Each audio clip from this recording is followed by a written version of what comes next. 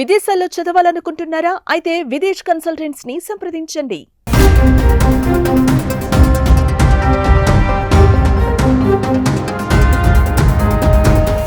హైదరాబాద్కు చెందిన యువ డాక్టర్ తుంగభద్రలో గల్లంతైంది. బుధవారం ఉదయం ఈ ఘటన చోటు చేసుకుంది.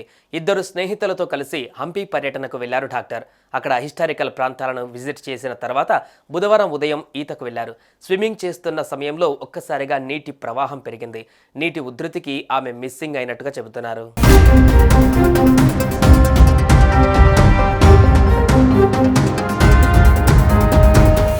నీటిలో కొట్టుకుపోయిన యువతి హైదరాబాద్లోని నాంపల్లి ప్రాంతానికి చెందిన అనన్యరావు మోహన్ రావుగా గుర్తించారు. ఆమె హైదరాబాద్లోని వికేసి ఆసుపత్రిలో వైద్యురాలుగా పనిచేస్తున్నట్టు సమాచారం. డాక్టర్ అనన్యరావు మరో ఇద్దరు స్నేహితులు సాత్విన్, అషిత్లతో కలిసి హంపి టూర్కి వచ్చారు.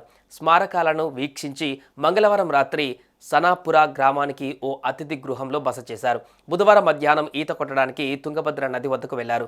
అనంతరం సుమారు 25 అడుగుల ఎత్తుగల బండరాయి నుంచి అనన్యరావు నీటిలో దూకి ఈత కొట్టాలనుకుంది.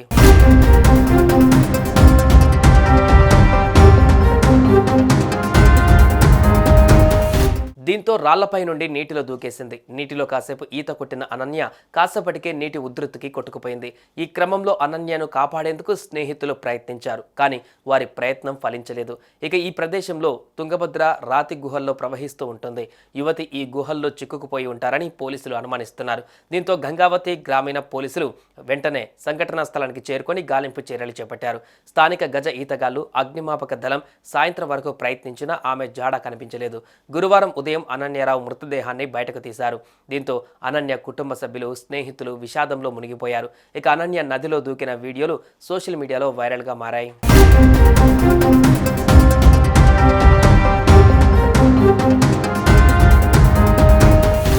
సుమన్ టీవీలో మీ పర్సనల్ అండ్ బిజినెస్ ప్రమోషన్స్ కోసం కింది నెంబర్కి కాంటాక్ట్ చేయండి.